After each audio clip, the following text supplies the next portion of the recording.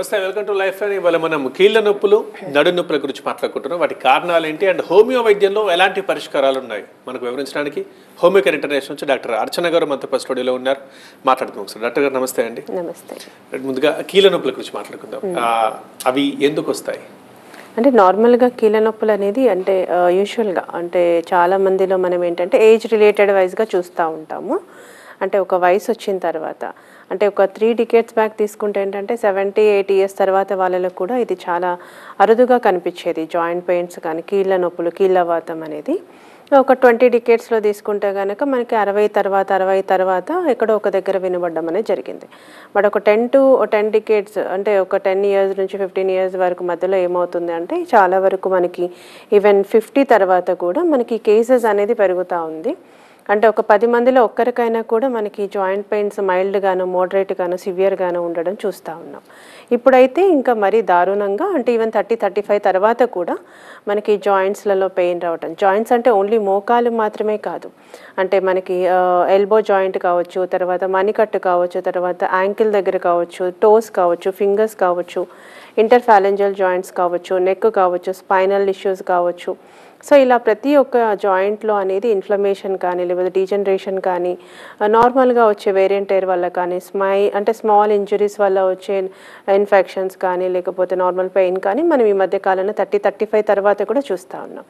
అయితే ఎందువల్ల వస్తుంది ఈ కండిషన్స్, ఎందుకు ఈ మధ్య కాలంలో బాగా వినబడుతోంది అంటే ఒక ఏజ్ అంటే ఎప్పుడో ఒక 60-70 తర్వాత అరిగిపోయేవి కాస్త ఎర్లీగా ఎందుకు అరిగిపోతున్నాయి, ఎందుకు జాయింట్ పెయిన్స్ ఎక్కువగా వినబడుతున్నాయి అంటే ఒకటి అందరికీ తెలిసిందే అంటే మారుతున్న జీవన శైలి అనుకోవచ్చు. అంటే శారీరక శ్రమ అనేది అస్సలు లేకపోవడం వల్ల, దానివల్ల బరువు అనేది పెరిగిపోవటం, అంటే వాళ్ళు ఉండాల్సినంత BMI కంటే ఎక్కువ మోతాదులో బరువు ఉండటం వల్ల కానీ, ఎక్కువసేపు కూర్చొని జాబ్స్ చేస్తున్న వాళ్ళలో కానీ, ఎండకి అస్సలు ఎక్స్పోజ్ కాని వాళ్ళలో కానీ, మానసిక ఒత్తిడి ఎక్కువగా ఉన్న వాళ్ళలో కావచ్చు, ఆల్కహాల్ అనేది మరీ అధికంగా తీసుకోవడం కానీ, స్మోకింగ్ అనేది ఎక్కువగా ఉండటం కానీ, కొన్ని రకాలైన ఆర్థరైటిస్ వల్ల వచ్చే జాయింట్ పెయిన్స్, ఎస్పెషల్లీ మనకి యూరిక్ యాసిడ్ పెరిగే ఆర్థరైటిస్, గౌటీలో చూస్తే కనుక ఎక్కువగా మనకి ఈ స్మాలర్ జాయింట్స్ ఎఫెక్ట్ అవుతూ బిగ్గర్ జాయింట్స్ ఎఫెక్ట్ అవ్వడం అనేది జరుగుతుంది.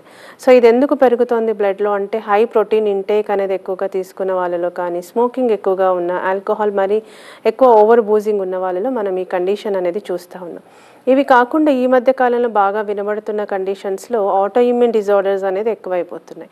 అంటే ఈ రుమటైడ్ ఆర్థరైటిస్ కావచ్చు, తర్వాత ల్యూపస్ కావచ్చు, SLE సిస్టమిక్ ల్యూపస్ ఎరిథమెటోసిస్ కానీ, లేకపోతే నార్మల్గా వచ్చే ఈ యాంకలైజింగ్ స్పాండిలైటిస్ ఎప్పుడో వినిపించేది కాస్త ఇప్పుడు ఏంటంటే 100లో ఒకరికైనా ఈ HLA-B27 జీన్ అనేది పాజిటివ్ ఉన్న కండిషన్స్ మనం ఈ మధ్య కాలంలో చూస్తూ ఉన్నాం.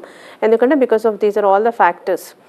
మెయిన్ థింగ్ ఇస్ శారీరక శ్రమ అసలు లేకపోవటమే, మనం తీసుకునే ఆహారంలో కూడా ఎక్కువగా ఈ మ్యాల్ అబ్జార్ప్షన్స్ అంటే కాల్షియం ఉన్న ఫుడ్ అనేది ప్రాపర్గా తీసుకోకపోవటం కానీ, లేదు అంటే iron rich supplements in the format of the food అనేది తక్కువ మోతాదులో తీసుకోవటం, లేకపోతే ఒకటే కైండ్ ఆఫ్ ఫుడ్ అంటే ప్రోటీన్ తీసుకుంటే ఎక్కువ ప్రోటీనే తీసుకోవటం, లేకపోతే ఎక్కువగా ఫ్యాట్ హై క్యాలరిక్ ఫుడే తీసుకోవటం, లేకపోతే హై కార్బ్స్ మీదనే డిపెండ్ అవ్వటం. అంటే సమాంతరంగా ఏవైతే ఈ కార్బ్స్, ప్రోటీన్స్, ఫ్యాట్స్, మినరల్స్ రావాలో, ఖనిజాలు అనేది బాడీకి అందాలు, అవి ప్రాపర్గా అవగాహన లేకుండా ఏది పడితే అది తినటం వల్ల కూడా ఈ మధ్యకాలంలో జాయింట్ పెయిన్స్ అనేది బాగా పెరుగుతున్నాయని చెప్పాలి. సో అందుకని ఫస్ట్ అసలు ఎందువల్ల వచ్చింది వాళ్ళకి అనేది చూసుకోవాలంట. అంటే 60 తర్వాత అంటే అంటే దాదాపుగా ఏజ్ పైబడతా ఉంటుంది కాబట్టి కొంచెం వేరెంటేర్ జాయింట్స్లలో కొంచెం అరుగుదల స్టార్ట్ అవ్వడము, మోకాళ్ళ చిప్పలు అరిగిపోవటము, తర్వాత దానిలో కార్టిలేజ్ రఫ్ అయిపోవడము, బర్సైటిస్ లాంటి కండిషన్స్ ఇలాంటివి వస్తూ ఉంటాయి. కానీ ఒక్కసారి 30-35లో వస్తోంది అంటే మాత్రం ఖచ్చితంగా అసలు ఎందువల్ల వాళ్ళకి వచ్చింది అనేది చూసుకొని ఆ ఎలిమెంట్ ఫ్యాక్టర్ని లైఫ్ నుంచి ఎలిమినేట్ చేస్తే కనుక, ఇనీషియల్ నుంచే దీనికి కొంత ప్రికాషన్స్ తీసుకుంటే కనుక మెడికేషన్ అనేది అవసరం లేకుండానే దాదాపుగా దీన్ని నిర్మూలించుకోవచ్చు. కానీ కొన్ని కండిషన్స్లో ఏంటి తెలిసేసరికి వాళ్ళకి చాలా సివియర్ కండిషన్స్లోకి వెళ్తూ ఉంటారు. ఫర్ ఎగ్జాంపుల్ ఈ రుమటైడ్ ఆర్థరైటిస్ కానీ, ల్యూపస్ కానీ, యాంకలైజింగ్ స్పాండిలైటిస్ లాంటి కండిషన్స్లో. సో అలాంటి వాళ్ళకి మాత్రం కంపల్సరీగా డాక్టర్ అడ్వైస్ అనేది compulsory and proper medication like unnecessary pain killers, steroids లాంటివి కాకుండా హోమియో లాంటి న్యాచురల్ మెడికేషన్స్ అనేది వాడుకుంటే పూర్తిగా నిర్మూలన అనేది ఉంటుందండి. అండ్ డాక్టర్ గారు కీళ్ళు అంటే మోకాళ్ళు కూడా అందులోకి వస్తాయి?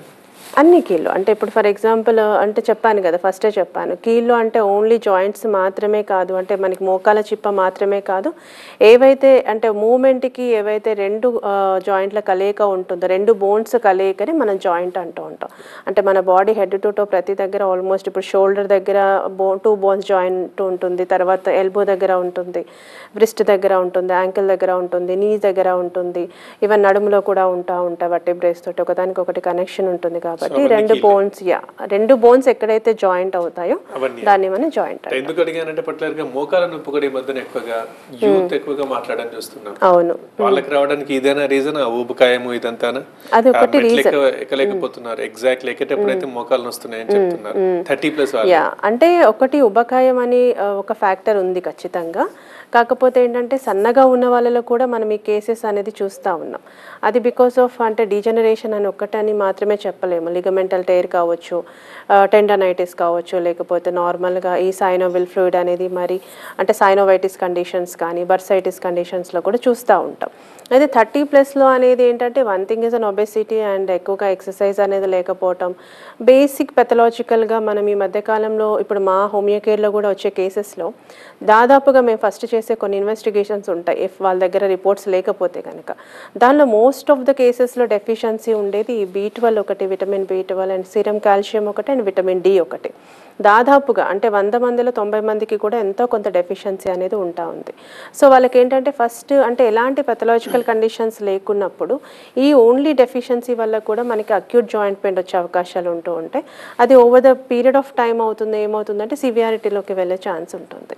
కాబట్టి అలా డెఫిషియన్సీ వల్ల మాత్రమే వాళ్ళకి జాయింట్ పెయిన్స్ వస్తున్నాయి అంటే మాత్రం ఆ supplements in the format of the tablet or in the format of the food అనేది తీసుకుంటే మోస్ట్ ఆఫ్ ద కేసెస్లో తగ్గిపోతూ ఉన్నాయి.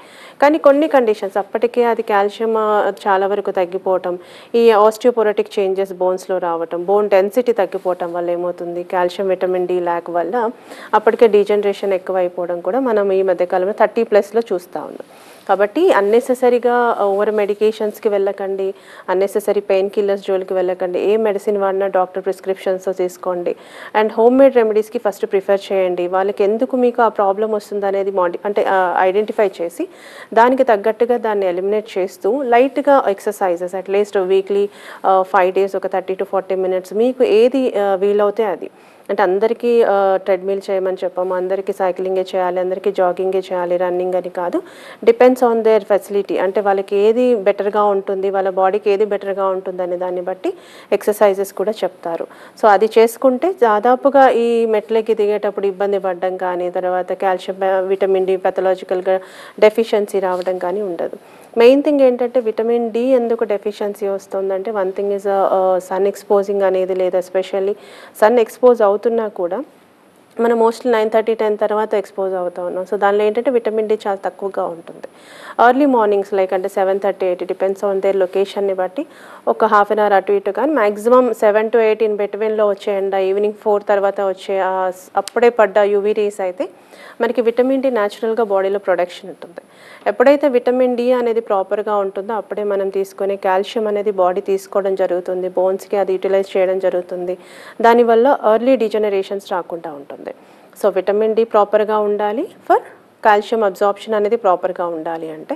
సో ఈ రెండు డెఫిషియన్సీ వల్ల కూడా ఈ మధ్యకాలం 30 తర్వాత ఎక్కువగా ఈ మోకాలు నొప్పి రావడం కానీ, లేకపోతే మోకాలు అప్పుడప్పుడే అరుగుతూ ఉండటం కానీ, అండ్ ఆటో ఇమ్యూన్స్ కూడా చాలా ఎక్కువైపోయినాయి ఈ మధ్యకాలంలో. చాలా మందిలో ఈ రుమటైడ్ ఆర్థరైటిస్ చూస్తూ ఉన్నాం, ల్యూపస్ కూడా చాలా కేసెస్లో వస్తూ ఉన్నాయి. కాబట్టి అది కూడా వన్ ఆఫ్ ద ఫ్యాక్టర్. ఈ యంగ్ జనరేషన్స్ అంటే 30 to అడాలసెంట్లో 40 మధ్యలో ఉన్న వాళ్ళలో ఈ కేసెస్ ఎక్కువ అవుతూ ఉన్నాయి. డాక్టర్ గారు జనరల్గానైతే ఏదైనా వస్తే గానీ డాక్టర్ దగ్గర దాకా వెళ్ళని మనస్తత్వం మనది. చూస్తే బాగానే ఉన్నాం, ఎందుకు మనకి ఫిట్ అవసరం ఎక్సర్సైజ్ వెళ్ళడం, మరి బాగానే ఉన్నాను కదా ఇప్పటికైతే ఏం వస్తున్నాయి అంటారు. సడన్ గా వచ్చిన తర్వాత ఏమంటారు, మినిమం కాషన్ కూడా ఇవ్వలేదు, నాకు ముందు ఒక సిగ్నల్ కూడా రాలేదు, ఇంత ఎక్కువ వచ్చింది ఏంటి మేడం, మళ్ళీ డాక్టర్నే అడుగుతారు. ఇదేమన్నా కొంచెం మారుతోందా, ఇలాగే ఉంటుందా? అంటే ఇప్పుడు మామూలుగా అవేర్నెస్ అనేది చాలా పెరిగింది. ఇప్పుడు ఇలాంటి ప్రోగ్రామ్స్ వల్ల కానీ, యూట్యూబ్ అందరూ చూస్తున్నారు, గూగుల్ అందరికి వాడడం వస్తుంది. సో అందరూ మ్యాక్సిమం ఎడ్యుకేటెడ్స్ ఉన్నారు కాబట్టి చాలా వరకు అవేర్నెస్ అయితే పెరిగింది. వాళ్ళకి ఏమాత్రం చిన్న మరీ హెల్త్ కాన్షియస్ లేని వాళ్ళు తప్పించి దాదాపుగా ఏంటంటే కొంచెం ఇనిషియల్గానే అంటే ప్రిఫర్ చేయడం, డాక్టర్ని ప్రిఫర్ చేయడం కానీ, వాళ్ళ ఇంట్లో ఎవరైనా మెడికల్ నాలెడ్జ్ ఉన్న వాళ్ళైతే వాళ్ళ దగ్గరికి వెళ్ళటం కానీ, ప్రాపర్గా అప్పుడప్పుడు కొన్ని మెడికేషన్స్ వాడడం, ఇప్పుడు ఫార్మసిస్టులు ఉండే వాళ్ళ దగ్గరికి వెళ్ళి మెడికేషన్ వాడడం ఇలా జరుగుతూ ఉన్నాయి. బట్ స్టిల్ అయినా కూడా కొన్ని కేసెస్ పెరుగుతూనే ఉన్నాయి. ఎందుకంటే డిపెండ్స్ ఆన్ కొంతమందికి ఏంటంటే సైలెంట్గా వస్తుంటుంది. ఇప్పుడు రొమటైడ్ ఆర్థరైటిస్ ఉంది, దానిలో ఏంటంటే ఖచ్చితంగా మెల్లమెల్లగా ఆర్థరైటిస్ పెరగడం అనేది ఉండదు. ఎందుకంటే ఇది చిన్న వాళ్ళ నుంచి పెద్దవాళ్ళలో అందరికీ వస్తూ ఉంటుంది. అంటే మనకు ఒకవేళ ఇప్పుడు 15 to 20, 30 years మధ్యలో వచ్చే వాళ్ళకి ఏమనుకుంటాం, అప్పుడే ఎందుకు వస్తున్నాయి జాయింట్ పెయిన్స్, అంత బరువేం లేము కదా, అంత రెగ్యులర్గా ఎక్సర్సైజ్ చేస్తున్నాం, బట్ స్టిల్ ఎందుకు పెయిన్స్ వస్తున్నాయని నెగ్లెక్ట్ చేస్తూ ఉంటారు. సో అలాంటి కండిషన్స్లో ఎప్పుడో కొంత మెడికల్ నాలెడ్జ్ ఉంటే they will go for the doctor and ఈ ఆర్య ఫ్యాక్టర్ యాంటీసీసీపీ చేస్తారు. లేదు చూద్దాంలే అన్నప్పుడు అక్యూట్గా పెయిన్ వచ్చినప్పుడు పెయిన్ కిల్లర్స్ వాడడం, తర్వాత ఆ పెయిన్ ఒక నెల లేకపోతే ఒక 15 days తగ్గిన తర్వాత మళ్ళీ పెయిన్ వస్తే ఒక పెయిన్ కిల్లర్ వేయడం, ఏదోలే అక్యూట్లో ఉంది అన్న కేసెస్ కూడా ఉంటాయి. కాబట్టి కొన్ని సైలెంట్గా వస్తున్నాయి ఖచ్చితంగా. ఇప్పుడు మనకి షుగర్ కూడా చాలా వరకు రెగ్యులర్గా ఇయర్లీ చెకప్ చేసుకున్న వాళ్ళలో బయటపడుతున్న కేసెసే ఉన్నాయి తప్పించి ఒకప్పటి పాలిఫేజియా, పాలిడిప్సియా, పాలియూరియా అన్న సిమ్టమ్స్ అనేది చాలా వరకు డయాబెటిక్ కేసెస్లో రావట్లేదు. సో సైలెంట్గా కూడా చాలా కేసెస్ వస్తున్నాయి. సో దాని కండిషన్స్ని బట్టి మనకి ఆర్థరైటిస్ కూడా వచ్చే అవకాశాలు ఉంటుంది. బట్ ఎప్పుడైతే జాయింట్ పెయిన్ అనేది మోర్ దాన్ 2 to 3 weeks అనేది కంటిన్యూస్గా ఉంటుందో, పెయిన్ కిల్లర్ వేస్తే తగ్గుతుంది లేకపోతే మళ్ళీ వస్తుంది అంటే మాత్రం ప్రాపర్గా కన్సల్టెంట్ని కలవండి. దానికి తగ్గట్టుగా ట్రీట్మెంట్ అనేది తీసుకుంటే ఇలాంటి ఆటో ఇమ్యూన్ డిజార్డర్స్ అయినా కూడా లాంగ్ టర్మ్ మెడికేషన్ అనేది అవసరం లేకుండా క్లియర్ కట్ అవుతుంది. బ్రేక్ ముందు మీరు మాట్లాడుతూ రుమటాయిడ్ ఆర్థరైటిస్ గురించి ప్రస్తావించారు. దానికి దీనికి ఏంటి? రుమటాయిడ్ ఆర్థరైటిస్ ఏంటంటే ఇది ఏజ్తో సంబంధం లేకుండా ఈవెన్ చిన్న పిల్లల నుంచి ఎవరికైనా ఏ ఏజ్ గ్రూప్ వాళ్ళకైనా వచ్చే డిజార్డర్ అని చెప్తాం. It's an auto immune disease. అంటే మన ఇమ్యూన్ సిస్టమ్ మనకి కాపాడడం పోయి కనుక అది ఎగైనిస్ట్గా మన బోన్ టిష్యూ మీదనే ఎఫెక్ట్ అవ్వటం వల్ల మనకి ఆర్థరైటిస్ అనేది వస్తూ ఉంటుంది.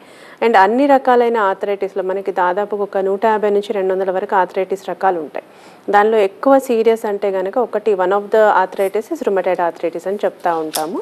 దీనిలో బేసిక్గా ఏంటవుతుందంటే ఏ ఆర్థరైటిస్లో అయినా దాదాపుగా జాయింట్స్ మాత్రమే ఎఫెక్ట్ అవుతాయి. కానీ అదే ఈ రుమటాయిడ్ ఆర్థరైటిస్లో తీసుకుంటే ఓన్లీ జాయింట్స్ మాత్రమే కాకుండా మల్టిపుల్ జాయింట్స్ ఎఫెక్ట్ అవుతాయి. వన్ థింగ్ ఏంటంటే ఫస్ట్ స్మాల్ జాయింట్స్ నుంచి బిగ్గర్ జాయింట్స్ వస్తూ ఉంటాయి. అందులో ఒక సైడ్ మాత్రమే కాకుండా బోత్ ద సైడ్ సిమెట్రికల్గా జాయింట్స్ ఎఫెక్ట్ అవ్వడం జరుగుతుంది. అండ్ నెంబర్ ఆఫ్ సిమ్టమ్స్ కూడా మనకి రుమటాయిడ్ ఆర్థరైటిస్లో ఎక్కువగా ఉంటాయి. అంటే జాయింట్ పెయిన్ రావటం, స్టిఫ్నెస్ రావడం, టోటల్గా జాయింట్ డిఫార్మిటీ రావటము, జాయింట్ కంప్లీట్గా వంకరపోవడం, ఎస్పెషల్లీ మన చేతి వేళ్ళు కానీ కాళ్ళ వేళ్ళు కానీ టోటల్గా వంకరపోయినట్టుగా అనిపిస్తాయి. ఈవెన్ ఎల్బోస్ వంకరపోవటము, నీస్ వంకరపోవటం, అది కూడా పర్మనెంట్ డిజబిలిటీ లాగా రావటము. క్రానిక్ కండిషన్స్ ఆఫ్ రుమటాయిడ్ ఆర్థరైటిస్లో టెంపరేచర్ 98.7, 99.5 వరకు రోజుగా మెయింటైన్ అవుతూ ఉండటం. అట్ ద సేమ్ టైం ఏ జాయింట్ అయితే ఎఫెక్ట్ అవుతుందో అక్కడ స్టిఫ్నెస్ అనేది ఎక్కువగా ఉండటం, రెడ్నెస్ ఎక్కువగా ఉండటం, కంజెషన్ ఉండటం, బాగా విపరీతంగా వాపు ఉండటం, చిన్న చిన్న గడ్డల్లాగా ఈ నాడ్యూల్స్ లాగా ఫామ్ అవుతూ ఉండటం, ఇంటర్ఫాలెంజల్ జాయింట్స్ కానీ మణికట్టు దగ్గర కానీ యాంకిల్స్ దగ్గర కానీ ఎక్కువగా వస్తూ ఉంటుంది.